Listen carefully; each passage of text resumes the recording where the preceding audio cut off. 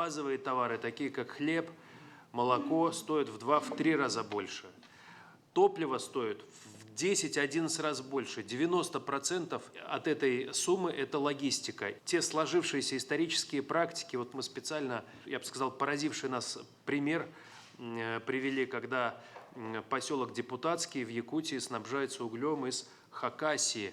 На запад через Северный морской путь, затем на восток. По такому маршруту следует хакасский уголь и за 88 дней прибывает в Депутатский. Альтернативный и более короткий путь есть. Он пролегает через Иркутскую область, Нижнеянск и Усть-Куйгу. Но обмеление участков реки Лена и короткая навигация не позволяют им воспользоваться. Использование, подготовка речных водных путей, которые важнейшими артериями являются, в законе предусмотрено, это одна из его важнейших особенностей, позволила бы этот путь сократить в 2 раза. Северный завоз в Якутии также пролегает и через сезонные дороги. По автозимникам в 13 арктических районов доставляют продукты питания, медикаменты, топливо и другие жизненно важные товары. Но и здесь пробелы. Юридически понятия автозимников в России нет, а значит и финансирования. Это нонсенс, поэтому мы просим, чтобы это было отражено. Почему? Потому что расходы на автозимники у нас они не предусматриваются законодательно. Но де-факто получается таким образом, что почти половину средств дорожного фонда мы вынуждены тратить на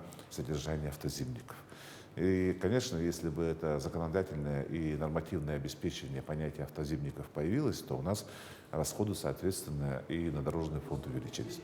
И снизились бы цены на всю цепочку доставки грузов. А если предприятия с коммерческих кредитов перейдут на бюджетные, то это также сократит расходы потребителя. Если бы механизм был бюджетного кредитования, то у нас, конечно, это здорово повлияло бы на ценообразование. Бюджетный кредит, он намного маленькая процентовка получается. Иногда бывает 0,3%, 1,3%. А коммерческие кредиты у нас бывают от 10 до 20% в последнее время. И это с учетом депонации грузов, которые у нас осуществляются в республике, когда в некоторые районы нашей республики груз доходит до конечного потребителя через 1,5-2 года. А когда бюджетный кредит, это практически будут только те расходы, которые будут у предприятия.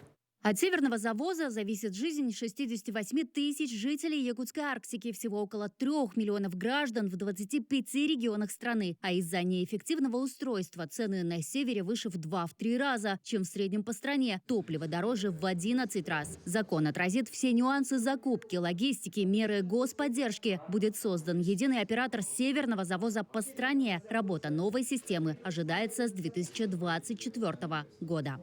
Айсена Бурнашова, Виктор Олесов, Москва.